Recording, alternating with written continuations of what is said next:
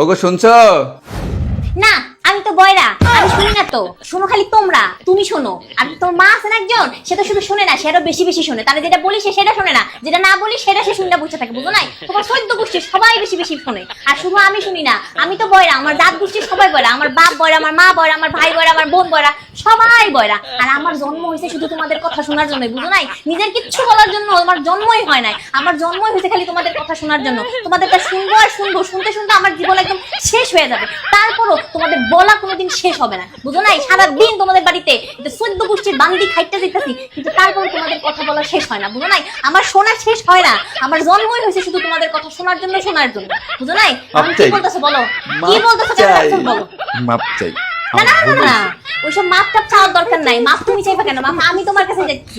বলেন হুজুর জি, বলেন কি বলতে চাচ্ছেন সেটা বলেন, কেন যাচ্ছেন সেটা বলেন। আমি তোমার কাছে মাপ চাই। আমাকে ক্ষমা আপনি করে কেন দাও। মাফ চাইবেন? আমি আপনার কাছে মাফ চাচ্ছি।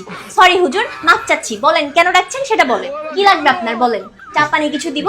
কিছুই লাগবে না।